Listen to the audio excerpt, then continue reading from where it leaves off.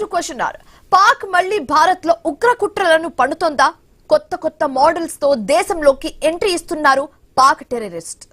ఇప్పుడు యూపీలో అరెస్టు చేసిన ఉగ్ర ముఠా నుంచి మైండ్ బ్లాక్ అయ్యే నిజాలు బయటపడ్డాయి. లక్నోలో భారీ బ్లాస్ట్ కు ప్లాన్ చేస్తున్నట్లుగా తెలుస్తుంది. యూపీ యాంటీ టెర్రరిజం స్క్వాడ్ నిర్వహించిన ఆపరేషన్ లో ఈ కుట్ర భగ్నమైంది. నలుగురితో కూడిన ఉగ్ర ముఠాలోని మీరట్ కు చెందిన సాకిబ్ అలియాస్ డెవిల్ ప్రధాన నిందితుడు. సాకిబ్ తో పాటు అతడి అనుచరులు లక్నోతో పాటు దేశంలో పలు ఉగ్రవాద జాతి వ్యతిరేక కార్యకలాపాలకు ప్లాన్ చేశారు.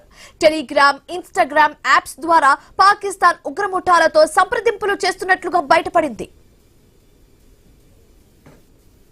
రైల్వే సిగ్నల్ బ్లాక్స్ ద్వారా రైల్స్ ను ఆపి భారీగా దాడులు చేయడం, ప్రముఖ సంస్థలు, సిలిండర్ గ్యాస్ తీసుకెళ్లే ట్రక్స్, ప్రభుత్వం సంస్థలు కీలక ప్రదేశాన్ని వీరు లక్ష్యంగా ఎంచుకున్నారు. పాకిస్తాన్ కు చెందిన ఉగ్రవాదులు పంపిన గూగుల్ ఫోటోస్, లొకేషన్స్ ఆధారంగా ఇక్కడి కొందరు రాజకీయ నేతలు, ప్రముఖ సంస్థలపై నిఘా పెట్టి వాటి సమాచారాన్ని సేకరించింది. ఈ సమాచారాన్ని పాకిస్తాన్ చేరవేస్తుంది. గాజియాబాద్, అలీగఢ్, లక్నోలో రైల్వే స్టేషన్ వంటి పలు ప్రాంతాలపై సర్వే చేశారు. అంతేకాదు కొన్ని శాంపిల్స్ లాగే చేసేసి చిన్న చిన్న విధ్వంసాలపై తీసిన వీడియోస్ ను పాక్ పంపారు. అయితే టెర్రరిస్టులు పన్నిన కుట్రలో పోలీసులు కొత్త కొత్త విషయాలను తెలుసుకున్నారు. అంతేకాదు ఈ మధ్య ఢిల్లీలో ఓ ఐఎస్ఐ టెర్రరిస్ట్ ను కూడా పోలీసులు అరెస్టు చేశారు. దేశంలోని ఆలయాలను టార్గెట్ చేసుకున్నట్లుగా తెలుస్తుందని చెప్పారు పోలీసులు. ఇక విజయవాడలోనూ ఉగ్రవాదులను పోలీసులు అరెస్టు చేశారు. ఉగ్రవాద సంబంధాలు ఉన్న 3 యువకులను, హైదరాబాద్ కు చెందిన ఒక మహిళను పోలీసులు అరెస్టు చేశారు. దేశ వ్యతిరేక కార్యకలాపాలకు పాల్పడుతున్నారనే ఆరోపణలతో ఏపీ పోలీసులు వీరిని పట్టుకున్నారు. పాకిస్తాన్ ఉగ్రవాదులతో సంబంధాలు ఉన్నాయని, సోషల్ మీడియా వేదికగా నిషిద్ధ భావజాలాన్ని వ్యాప్తి చేస్తున్నారని ప్రాథమిక సమాచారం.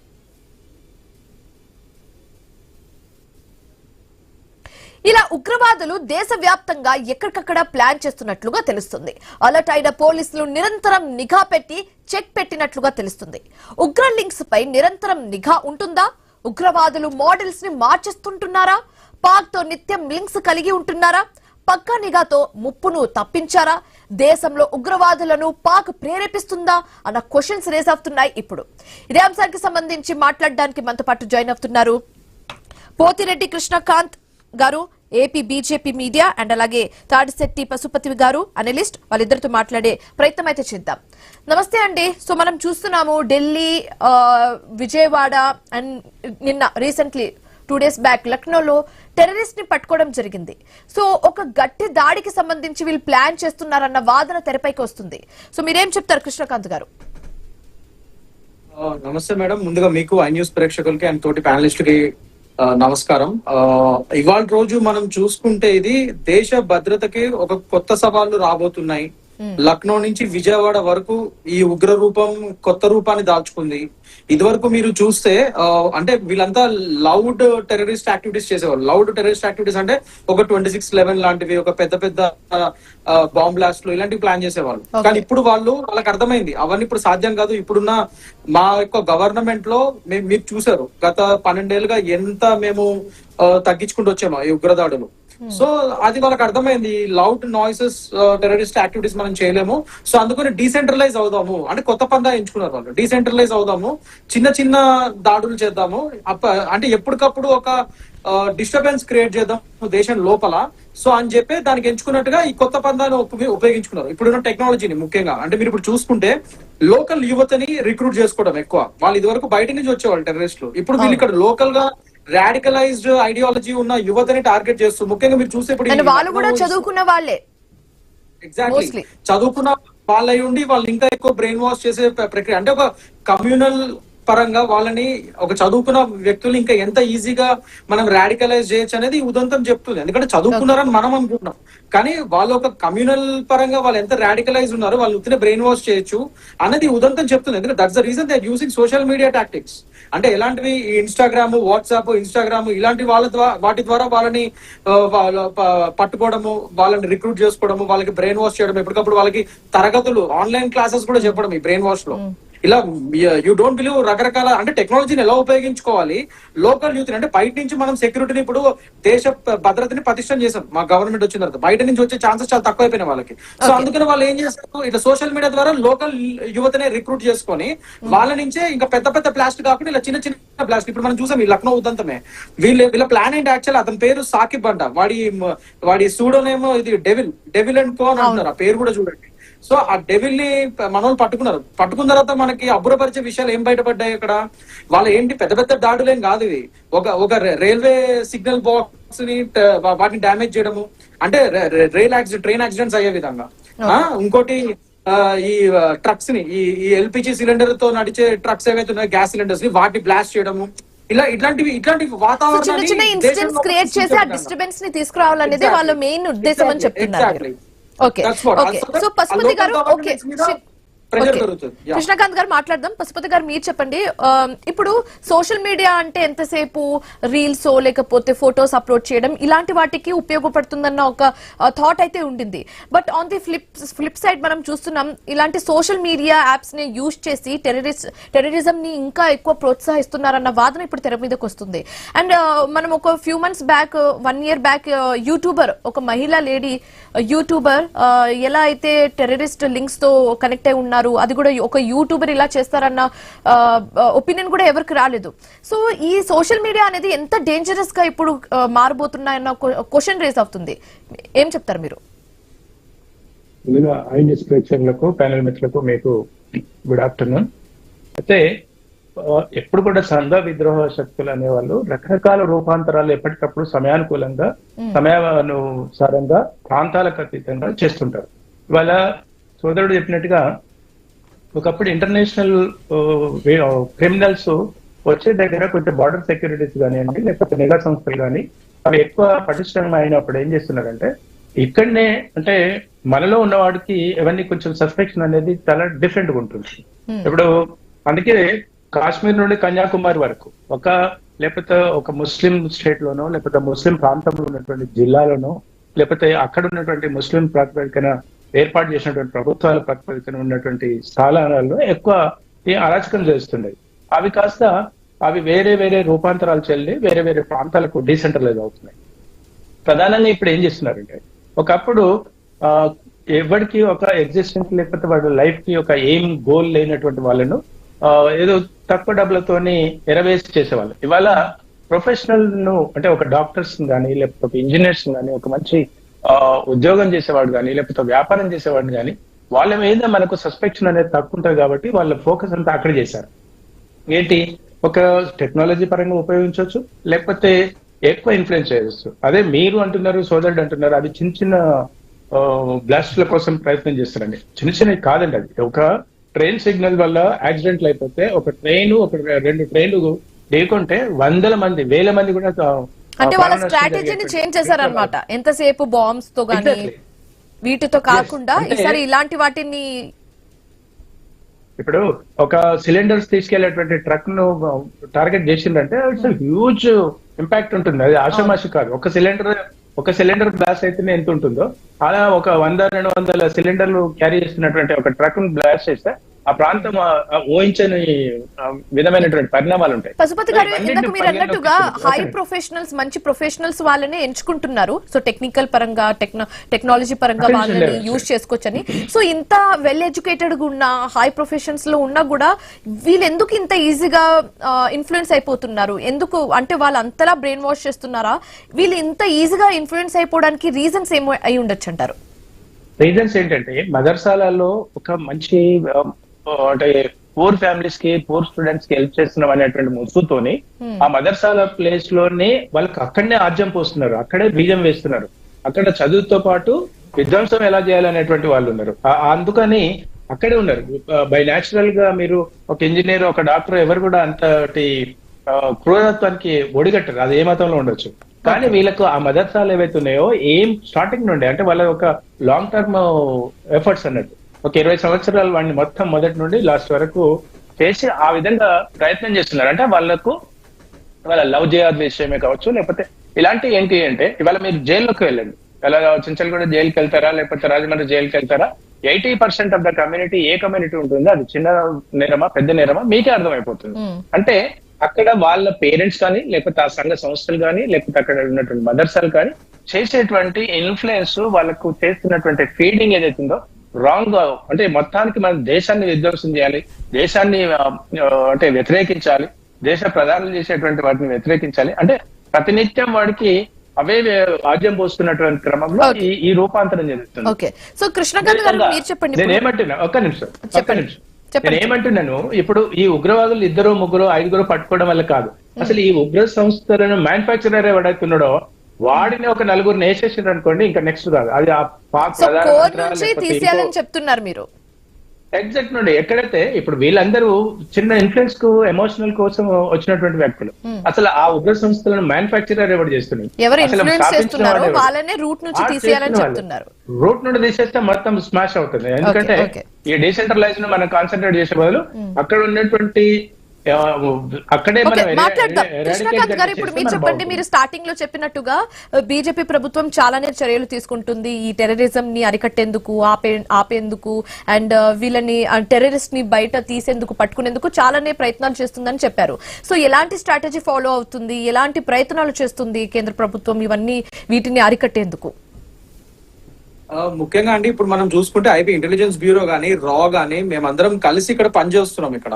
సో ఈ అన్ని సమస్యలు ఇప్పుడు ఇదివరకు కంటే కూడా మీరు చూస్తే ఈ మధ్య కాలంలో the funding from the government ఈ సంస్థలకు చాలా ఎక్కువ చేసాం మేము. సో చేసి ఎందుకంటే దేశ భద్రతకి మించింది ఏది లేదు, దేశ భద్రత ఇంపార్టెంట్. అండ్ మీరు డిఫెన్స్ సిస్టమ్స్ లో కూడా చూసుకుంటే మన ఓన్ ఇండిజినియస్ టెక్నాలజీస్ కూడా మనము మన డిఆర్డిఏ ద్వారా వాటి ద్వారా మనం కొత్త వెపనరీ తీసుకొచ్చాము, మన ఓన్ డిఫెన్స్ సిస్టమ్స్ మనం పెంచుకోగలిగాము. మొన్న మీరు ఆపరేషన్ సింధూర్ చూసుకుంటుంది సార్ అన్నట్టు ఇప్పుడు మనం రూట్ కాజ్ ని మెయిన్ టార్గెట్ చేస్తున్నాం. అందుకనే కదా మొన్న పహల్గామ్ అటాక్ లో కానీ మొన్న అయినా అంతకుముందు అయినా పుల్వామా అటాక్ లో కానీ ఇవన్నిట్లోనూ మనం వాళ్ళ లోపలికి చొచ్చుకుపోయి వాళ్ళ రూట్ టెర్రరిస్ట్ శిబిరాల మీద మనం అటాక్ చేసాం. Operation Sindoor is that example. వాళ్ళ రూట్ కాజ్ వాళ్ళ మెయిన్ శిబిరాల మీద వెళ్ళి అటాక్ చేసాము. కానీ అది చేస్తున్నా కూడా ఇది ఒక 1000 పడగల పాములాగా ఒక తల నరికి ఇంకో తల మళ్ళీ పుట్టినట్టుగా ఇలా రకరకాలుగా ఎక్కడ ఎంత రూట్ కాజ్ లోకి వెళ్ళినా కూడా వీళ్ళు ఎక్కడో చోట నుంచి వీళ్ళు వస్తూనే ఉన్నారు. అది ఎందుకంటే ఇందాక సార్ ఒక మంచి మాట మాట్లాడారు, వాళ్ళ మద్రసాల నుంచే వాళ్ళకి ఆ ట్రైనింగ్ ఆ బ్రెయిన్ వాష్ అవుతుంది. ఎందుకంటే మీరు రీసెంట్ గా చూసుకుంటే అండి ఒక మెడికల్ స్టూడెంట్ అతను ఆ చిన్న పిల్లోడు 19 years పిల్లోడు, అతని ఫ్యామిలీ వెల్ ఎడ్యుకేటెడ్ ఫ్యామిలీ, ఆ కమ్యూనిటీకి చెందిన ఒక ఫ్యామిలీ, అదొక వెల్ ఎడ్యుకేటెడ్ ఫ్యామిలీ, మానిటరీగా డబ్బుల పరంగా వాళ్ళకి బాగానే వెల్ ఆఫ్ వాళ్ళు. అబ్బాయి చదువుతున్నాడు, ఒక BDS చదువుతున్నాడు, అతను మెడికల్ స్టూడెంట్. అతనికి ఈ ఐఈడి బాంబ్ మెటీరియల్స్ అవన్నీ ప్రొక్యూర్ చేసే పని అతన్ని పెట్టుకున్నారు. ఎలా బ్రెయిన్ వాష్ చేయగలిగారు అతన్ని? అంత చదువుకున్నాడు, మళ్ళీ చదువుకున్న ఫ్యామిలీ నుంచి డబ్బులున్న ఫ్యామిలీ నుంచి వచ్చాడు. ఇప్పుడు బీద వాళ్ళ పిల్లల్ని ఇదివరకు ఏంటంటే మద్రాసాల నుంచి సార్ చెప్పినట్టు ఈ బీద పిల్లల్ని బీద కమ్యూనిటీ బీద వర్గాల నుంచి వచ్చిన వాళ్ళని ఎక్కువ టార్గెట్ చేసి వాళ్ళని బ్రెయిన్ వాష్ చేసి వాళ్ళ చేతిలో వెపన్స్ పెట్టి వాళ్ళని టెర్రరిస్టుల కింద మార్చిన వైనాన్ని మనం చూసాం. కానీ ఇప్పుడు చదువుకున్న పిల్లల్ని కూడా ఆ కమ్యూనిటీలో చదువుకున్న పిల్లల్ని కూడా వీళ్ళు బ్రెయిన్ వాష్ చేయగలుగుతున్నారంటే అంటే ఇక్కడ ప్రాబ్లం ఎక్కడ వస్తుంది అంటే ఫస్ట్ నుంచి ఇక్కడ ఏంటంటే అంటే రూట్ కాజ్ అనేది కేవలం వాళ్ళ యొక్క శిబిరాల రూట్ కాజ్ కాదు మనం చూడాల్సింది. వాళ్ళ యొక్క మదరాసాలు, వాళ్ళ యొక్క మత ప్రవక్తలు వాళ్ళందరూ ఏం చెప్తున్నారు అవి కూడా చూడాలి. సో అలా రాడికలైజ్ దాని మీద కూడా నిఘా పెట్టాలని చెప్తున్నారు. ఓకే, సో ఇప్పుడు ఈ టెర్రరిస్ట్ అందరూ బయటికి రావడం అంటే పోలీసులు అయితే ATS ఎవరైతే ఉన్నారో వాళ్ళు వెతికి వాళ్ళని బయట తీస్తున్నారు. ఓకే, అండ్ ఇలాంటి సందర్భంలోనే మనం పాక్ నేతలు చేసిన కమెంట్స్ ని కూడా మనం ఒక్కసారి టాలీ చేసుకుంటే ఎక్కడో ఒక చోట ఇంటర్లింక్ ఉండే అవకాశాలు ఉన్నాయంటారా? 100% అండి. ఎందుకంటే ఒకటి చెప్తున్నాను, నాకు ఇక్కడ మోస్ట్ వరింగ్ థింగ్ ఏంటంటే ఇదివరకు మీరు చూస్తే ఎక్కువ నార్త్ స్టేట్స్ లో ఆటలో అక్కడి నుంచి ఉగ్రవాదుల్ని లేదా మన హైదరాబాద్ లో ఆఫ్ కోర్స్ సెన్సిటివ్ ఏరియా అక్కడ కూడా ఈ కమ్యూనిటీకి సంబంధించిన వాళ్ళు ఎక్కువ ఉన్నారు కాబట్టి అక్కడి నుంచి పట్టుకో వీళ్ళ లింక్స్ కనబడేవి. ఇప్పుడు మన ఆంధ్రాకి నేను విజయవాడలోనే అలాంటి సిచ్యువేషన్ చూసాం, ఆంధ్రాకి కూడా ఇది పాకింది విజయవాడ నుంచి కూడా పట్టుకుంటున్నారంటే that is what it is severity of the issue. అంటే రోజుకి వీళ్ళు ఎవ్రీ కార్నర్ ని వాళ్ళు క్యాప్చర్ చేస్తున్నారన్నమాట. బార్డర్ లో మనం అంతా అడ్డుకట్ట వేయగలం. మా ప్రభుత్వం వచ్చిన తర్వాత బార్డర్ సెక్యూరిటీ కానీ అవి కానీ డిఫెన్స్ సిస్టమ్స్ కానీ బలోపేతం చేసాం. అందుకని వాళ్ళవన్నీ అడ్డుకున్నాం కాబట్టి వాళ్ళు ఇప్పుడు ఏం చేయాలి అర్థం కాక లోకల్ యూత్ ని మన ఓన్ లోకల్స్ ని మనం బ్రెయిన్ వాష్ చేసి వాళ్ళని రిక్రూట్ చేద్దామని ఒక కొత్త ప్రక్రియ ఈ డీసెంట్రలైజ్డ్ మాడ్యూల్ తెచ్చుకున్నారు. ఇప్పుడు వాళ్ళు తెచ్చుకొని ఈ లోకల్ యూత్స్ ని ఇట్లా వాళ్ళ కమ్యూనిటీకి చెందిన చిన్న పిల్లల్ని వాళ్ళని ఈ సోషల్ మీడియాల ద్వారా వాళ్ళని పట్టుకొని వాళ్ళని అక్కడ దాని ద్వారా ఆన్లైన్ క్లాసులు పెట్టి వాళ్ళకి లింక్స్ పంపించి ఆన్లైన్ క్లాసెస్ పెట్టి బ్రెయిన్ వాష్ చేసి అవన్నీ చేస్తున్నారు. అది అంటే టెక్నాలజీని వాళ్ళు ఎట్లా ఉపయోగించుకుంటారు చూడండి, అది కూడా మనం అరికట్టగలుగుతున్నాం. అందుకే కదా ఇప్పుడు ఎవరు పట్టుకోగలిగాం మన anti terrorist squad. So Pashupati గారు ఓకే. సో పశుపతి గారు మీరు చెప్పండి, టెర్రరిస్ట్ కూడా వాళ్ళు మోడల్స్ ఎప్పటికప్పుడు చేంజ్ చేస్తూనే ఉన్నారు. అండ్ మన ప్రభుత్వం కానివచ్చు, ఏటీఎస్ కానివచ్చు, పోలీసులు కానివచ్చు, అందరూ కూడా కలిసి దాన్ని డీకోడ్ చేస్తున్నారు. వాళ్ళు కొత్త మోడల్స్ తో ఇంకా ముందుకొచ్చే అవకాశాలు ఏమైనా కనిపిస్తున్నాయా? తప్పకుండా ఉండేది. ఎప్పుడైతే అటువంటి స్థాయికి ఒకసారి డిసైడ్ అయిపోయినారో, they are the nothing but అనే సూసైడ్ బాంబర్స్. ఓకే, ఆ స్థాయికి వాళ్ళని ట్రైన్ చేస్తారు. వాళ్ళు ఎటువంటి దశనైనా వాళ్ళు అంటే వాళ్ళు ఆత్మహత్య చేసుకోవడానికి కూడా వెనుకాడని పరిస్థితిలో క్రియేట్ చేస్తారు. ఇప్పుడు అందుకని అంటున్నారు, ఇప్పుడు బార్డర్ ఒక్కసారి అటెన్షన్ డైవర్షన్ అంటే ఈ ప్రొఫెషనలిజం ఎప్పుడైతే జనాలు, ఎంప్లాయీస్, డాక్టర్స్, లేకపోతే మహిళలు ఇలాంటి వాళ్ళు చాలా సెన్సిటివ్ ఇది. అంటే ఒక ప్రొఫెషనల్ గొప్పగా హుందాగా ఉండేటువంటి వాళ్ళు, అంటే మనకు మొన్నటి వరకు ఈ అటెన్షన్ వాళ్ళు ఎవరు కూడా ఎక్స్పెక్ట్ చేయని క్రమంలో ఇది ఉంది. ఇప్పుడు ఇవాళ డాక్టర్స్ ను, మహిళల్ని, లేకపోతే నాన్ కమ్యూనల్ ఇష్యూస్ ఉండేటువంటి ప్రాంతాలను కూడా ఎంచుకున్నప్పుడు ఇక్కడ కూడా దొరికిపోతున్నారు. వాడు ఇంకో రూపంగా ఇంకో రకంగా వస్తారు. ఈవెన్ మీకు గ్రామాలలో కూడా వెళ్తుంటారు, లేకపోతే ప్రాంతాలలో వెళ్తుంటారు. ఇప్పుడు మన దురంధర్ సినిమా ఉంది, దురంధర్ సినిమా చూసి ఎలా అయితే మనం అక్కడ పాకిస్తాన్ లో అక్కడ జరుగుతున్నటువంటి విషయాలను ఎక్కడ చేసుకుంటారో, అదే విధంగా కూడా వాళ్ళు సమయానుకూలంగా పరిస్థితులను బట్టి, ప్రాంతాలను బట్టి ఎప్పటికప్పుడు వాళ్ళు కొత్త పందాన్ని ఎంచుకుంటారు. నేను ఒకటే గవర్నమెంట్ ఆఫ్ ఇండియాకి నేను ఏం రిక్వెస్ట్ చేస్తున్నా అంటే, మీరు ఈ లోకల్ లెవెల్లో చేసేవారు అది తప్పకుండా చేస్తున్నారు. ఎక్కడైతే పాకిస్తాన్ మొన్న ఇప్పుడు వెస్టర్న్ కంట్రీస్ లో జరుగుతున్నటువంటి ఇరాన్, అమెరికా, ఇజ్రాయెల్ జరుగుతున్నటువంటి యుద్ధంలో దాన్ని దృష్టిలో పెట్టుకుని రాజ్నాథ్ సింగ్ గారు కూడా ఒక కమెంట్ చేశారు. పక్క దేశాలు ఎవరైనా అనవసరమైనటువంటి క్రియేట్ చేయాలని అనుకుంటే వాళ్ళకు కూడా ఖబర్దార్ అని ఒక వారం రోజుల ముందే ఆయన స్టేట్మెంట్ ఇచ్చాడు. అంటే వీళ్ళకు ఇటువంటి ఎప్పుడు కూడా పొరుగు దేశం ఎప్పుడు కూడా ఒక దుస్సాహసానికి పాల్పడుతుంది. మొన్నటి కూడా సిగ్గుండాలి. పశుపతి గారు, ఇప్పుడు ఈ దేశంలో ఉన్న టెర్రరిస్ట్ ని పాక్ ప్రేరేపిస్తుందా? తప్పకుండా పాక్ శత్రు దేశం ఇంకా కొంతమంది మన అభివృద్ధిని ఓర్వలేక, మన మంచిని ఓర్వలేక, లేకపోతే మన ప్రభుత్వాల ఎఫిషియన్సీ, గత ప్రభుత్వం ఇప్పుడున్నటువంటి ప్రభుత్వం అనుకుంటా ఇక్కడ ఏదో ఒక గుత్తాధిపత్యం సాధించాలి. ఈ దేశం యొక్క అభివృద్ధిని కాంక్షించే దుర్మార్గులు వాళ్ళు లేనంతసేపు ఎప్పుడు ఏదో రకంగా వేరే బయట దేశాల నుండి కూడా పాకిస్తాన్ కి కూడా కొంత సహకారం అందిన మాట వాస్తవం, అందబోతుంది కూడా అది. అయితే మనం ఎప్పటికైనా ఒకసారి తీవ్రంగా ఆ దేశంలో ఉన్నటువంటి ప్రథమ శ్రేణి, తృతీయ శ్రేణి, ద్వితీయ శ్రేణి ఆ నాయకులకే మనం అక్కడే మట్టు పెడితే ఈ సమస్య పరిష్కారం అవుతుంది తప్ప, లేకపోతే ఇలాంటి పుట్టుకొస్తూనే ఉంటది. అలాంటి ఉండాల్సింది. అంటే కామన్ మ్యాన్ వీళ్ళకు ఒక ఎమ్మెల్యేని టార్గెట్ చేయరు, ఒక మంత్రిని టార్గెట్ చేయరు, లేకపోతే ప్రైమ్ మినిస్టర్ చేయరు. ఈ సిగ్గుమాల ఈ విధ్వంసకార సంస్థలు ఎలాంటి అంటే, ఏదో మేము ఉన్నాం, మేమంటే భయపడాలి, ఒక 10 మంది ప్రాణాలు పోవాలి అంటే అదొక చర్చ జరుగుతుంది ఒక సంవత్సరం, లేకపోతే దేశవ్యాప్తంగా ఒక బ్లాస్ట్ జరిగింది అనేది తప్ప వీళ్ళకి ఒక ఏం లేదు, వీళ్ళకి ఒక ఆశయం లేదు. ఎంతసేపు మేము ఉన్నాం, మేము బెదిరిస్తున్నాం అని చూపించుకోవడం తప్ప సిగ్గుమాల, పెరికిమాల ఇటువంటి అందాల్లో మీలాంటి గౌరవప్రదమైనటువంటి ఛానల్ ద్వారా మీరు ఎడ్యుకేట్ చేయాలి. వాటిని కూడా నిర్బంధంగా ఎప్పటికప్పుడు టెలికాస్ట్ చేయాలని కోరుతున్నాను. సో పాక్ తో నిత్యం టచ్ లో ఉంటున్నారా? ఒకవేళ ఉంటే ఎలాంటి ఏ మోడ్ త్రూ వాళ్ళు ఎక్కువగా టచ్ లో ఉండే అవకాశాలు ఉన్నాయి? అంటే ఇప్పుడు టెక్నాలజీ, రకరకాల టెక్నాలజీ ఉంది. గతంలో అంటే ఇప్పుడు నేను పార్టీలకు అతీతంగా మాట్లాడుతున్నాను. గత ప్రభుత్వం తీసుకున్నటువంటి కేంద్రంలో ఉన్నటువంటి గత ప్రభుత్వం తీసుకున్నటువంటి సానుకూల వాతావరణాల వల్ల కోట్ల రూపాయలు అటు క్రిస్టియన్ మిషనరీస్ కావచ్చు, లేకపోతే ముస్లిం మిషనరీస్ కావచ్చు, లేకపోతే ఇలాంటి వాటికి వేల కోట్ల రూపాయలు ఫండింగ్ అయిపోయి ఇక్కడ విధ్వంసాలు అంటే మంచిగా ఉపయోగించుకుంటే తప్పేం లేదు. కానీ ఒక విధ్వంసానికి, మత మార్పిళ్లకు, లేకపోతే సంఘ విద్రోహ కార్యక్రమాలకు ఏర్పాటు చేసుకున్నటువంటి దాంట్లో ఇది భాగం. ఎవరికైనా ప్రతి కార్యక్రమం చేయాలంటే డబ్బే ప్రధానం కాబట్టి ఆ డబ్బును కూడా సంఘ వ్యతిరేక శక్తులకు పోతున్నటువంటి డబ్బు ఫండింగ్ ని, ఇంటర్నేషనల్ ఫండింగ్ ని ఈ కేంద్ర ప్రభుత్వం మోడీ గారు వచ్చిన తర్వాత దాన్ని చాలా వరకు 85% వరకు కట్టడి చేసింది. Okay, so thank you so much Pashupati గారు, thank you so much Krishnakanth గారు. మీరు మీ ఒపీనియన్స్ ని మాకు తెలియజేసినందుకు, జాయిన్ అయినందుకు ఈ డిస్కషన్ లో thank you so much. So ఇది ఇవాల్టి క్వశ్చన్ అవర్. మరొక క్వశ్చన్ అవర్ తో మళ్ళీ కలుద్దాం. Till then keep watching I News. మీతోనే మీ వెంటే.